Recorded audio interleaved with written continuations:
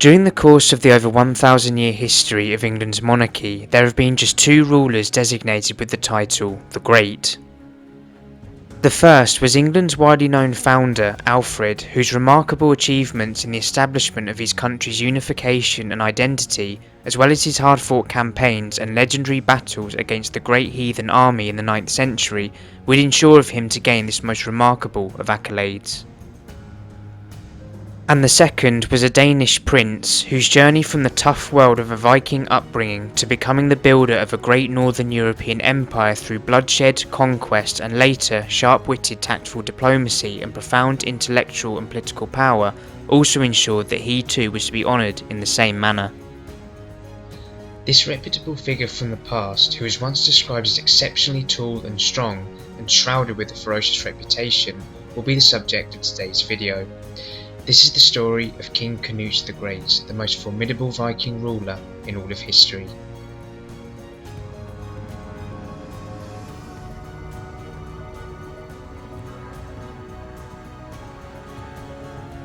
To begin today's topic on Canute's journey, we must first revisit some events that have been the topic of a previous video. On the 13th of November 1002, England was plunged into a day of carnage and bloodshed.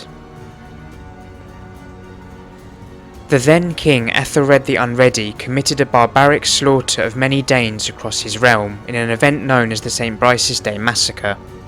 Aethelred was a weak and cowardly ruler, and his reign followed a period of calm in England from the 950s to the 980s, maintained by a previous king known as Edgar the Peaceful. Not long after Aethelred took the throne, groups of marauding Vikings began attacking and plundering coastal towns across the eastern side of England.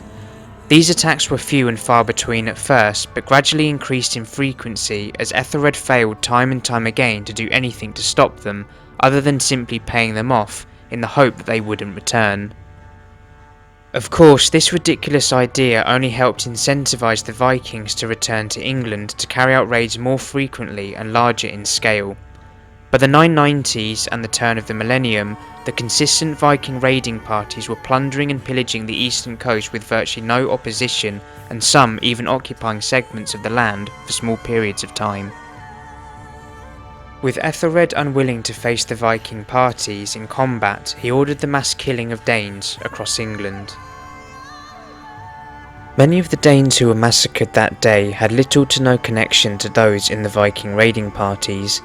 These Danes were regular folks, coexisting mostly peacefully alongside the Anglo-Saxons, and many had genetic roots dating back over 100 years to the land in which they lived.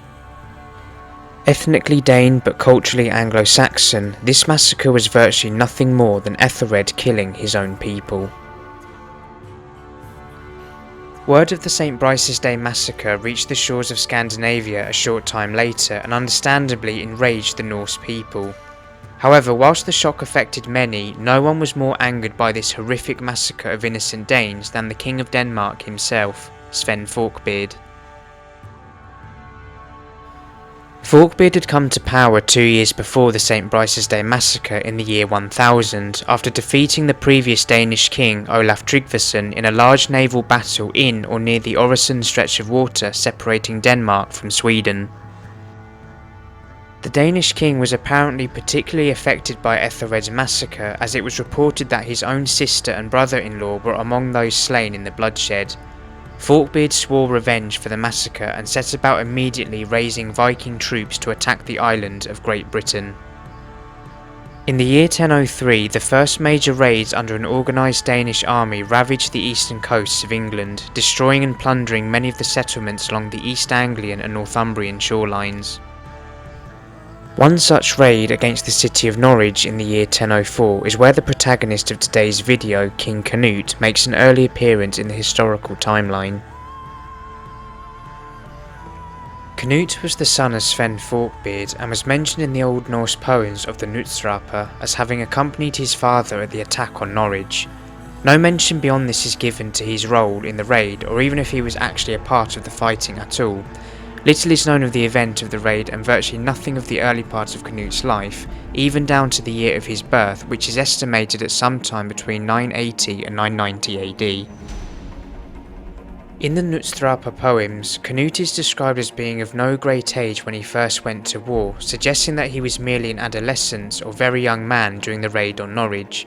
According to the medieval Icelandic chronicle, the Flateyjarbók, Canute was said to have been taught his military skills by Thorkel the Tall, the leader of a mercenary group of raiders and conquerors known as the Vikings. Between the years 1003 and 1012, Sweyn Forkbeard raided the English coasts multiple times as strategy for acquiring more and more wealth to finance a planned full-on invasion of Aethelred's kingdom. Although not fully confirmed, it is believed that Canute as a young man continued to accompany his father in these hit-and-raid run attacks on coastal settlements.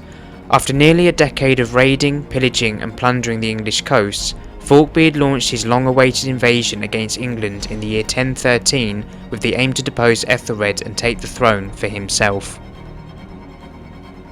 An extract from the Peterborough Chronicle, one of the versions of the larger collection of works, the Anglo-Saxon Chronicle, gives us an insight into Sweyn's invasion. Before the month of August came King Sweyn with his fleet to Sandwich in Kent.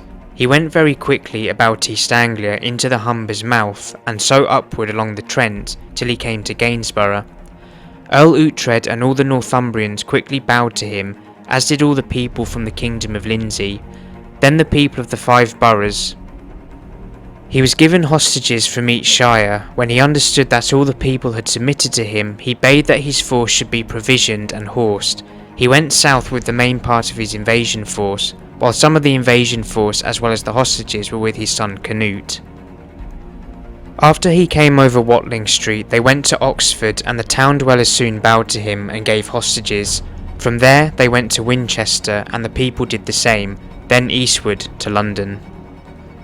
Whilst much of England fell relatively quickly to Forkbeard's invasion, the King of Denmark faced significant resistance in London and decided to ride west towards the city of Bath, where the Western Saxon Thanes pledged their allegiance to him, as had much of England by this time.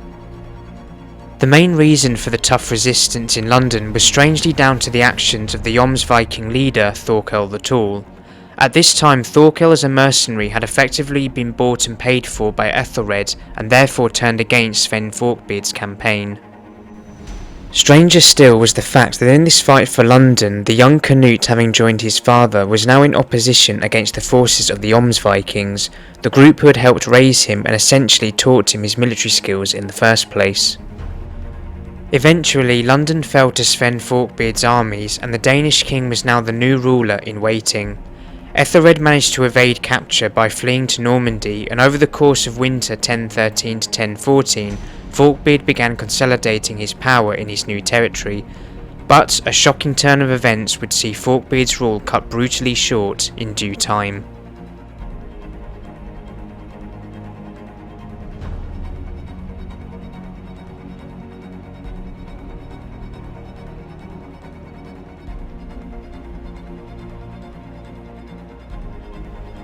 After the sudden death of Sweyn Forkbeard, Harold Svensson was elected as the new king of Denmark, while the people of the Danelaw elected Canute as their new king. However, during this time the Witan, the Anglo-Saxon government of the time, called for Aethelred to return as king, in which the former leader led an army across the Channel. This next part may seem completely bizarre and out of character considering what we know of Aethelred the Unready as being a cowardly, weak and basically pathetic excuse of a leader during his tenure. But strangely enough, Aethelred didn't just hide away for the rest of his days in Normandy, he actually went on to launch an attack on the Danes to take back his homeland, as if his personality had just suddenly changed into someone courageous and noble. Despite Aethelred's previously tarnished and disgraced reputation, the former king actually made good on his word and arrived to confront the forces controlled by Canute. On this occasion, Canute actually fled England to return to Denmark as Aethelred's forces arrived, whereby the English king along with the Norwegian king Olaf Haraldsson would recapture London and take other parts of the country in Canute's absence. However, whilst Aethelred did enjoy a year or two reconsolidating his power and in the meantime committing a massacre of the people in the kingdom of Lindsey for their previous allegiance with the Danish kings, Canute was not out of the scene for the long term, as back in Denmark he was preparing for war. In the summer of 1015, Canute's invasion force of 10,000 warriors and 200 longships reached the shores of England. A rather insightful telling of the invasion documented in the Peterborough Chronicle from the time describes just how widespread and destructive Canute's armies ravaged the kingdom, echoing that of what his own father Sweyn Forkbeard had done a few years prior. Canute came into Sandwich and straightway sailed around Kent to Wessex until he came to the mouth of the Frome, and harried in Dorset and Wiltshire and Somerset. Further detail to the soldiers of Canute's army of the 1015 invasion is given by Canute's future wife, Emma of Normandy. There were so many kinds of shields that you could have believed that troops of all nations were present. Gold shone on the prows, silver also flashed on the variously shaped ships. For who could look upon the lions of the foe, terrible with the brightness of gold, who upon the men of metal, menacing with the golden face? Who upon the bulls on the ships, threatening death, their horns shining with gold without feeling any fear for the king of such a force? Furthermore, in this great expedition there was present no slave, no man freed from slavery, no low-born man, no man weakened by age, for all were noble, all strong with the might of mature age, all sufficiently fit for any type of fighting, all of such great fleetness that they scorned the speed of horsemen. By this time Aethelred the Unready returned to London, having been abandoned by Olaf Haraldsson and Thorkel the Tall. His short stint as a brave warrior fighting to reclaim his kingdom had seemingly evaporated at the behest of the colossal destruction inflicted by Canute's massive invasion. The king, fearing further betrayal, would ultimately leave and the bulk of the kingdom's defence in the hands of others, much like he did during the 990s during the Viking raids. In a story of twists and turns and lasting for a surprisingly long time for such a weak ruler, Aethelred's tumultuous life came to an end in April 1016 after succumbing to an illness, having witnessed most of his kingdom be ravaged and destroyed by Canute's armies. The death of the unready king would see the crown pass to Aethelred's son Edmund Ironside, a man famed for being the near total opposite to his cowardly father, and whose brief but heroic story in the fight against the formidable Canute will be explored at a later date.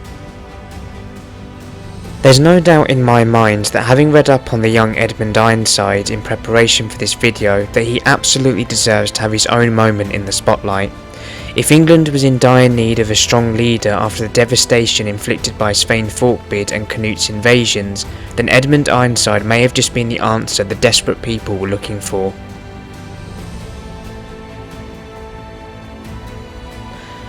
Be sure to tune in to the next part of this video coming soon, showcasing the fierce battles between Edmund Ironside and King Canute over the fight for England's throne.